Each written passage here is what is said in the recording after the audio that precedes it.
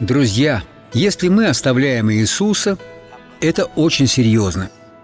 У Иоиля 1:8 сказано так: «Рыдай, как молодая жена, припоясавшись вретищем о муже юности своей». Он умер. И что я теперь буду делать? Кто женится на вдове, у которой порой несколько детей? Бог обращается к вам. Он ваш муж. Он не умер. Не поворачивайтесь к Нему спиной. Не уступайте искушению. Вы станете победоносным человеком. Бог говорит, что любит вас. Но вам нужно рыдать перед Ним, просить у Него милости, чтобы вы не приступили к границе, поскольку тогда вы будете исключены из спасения. Теперь помолимся.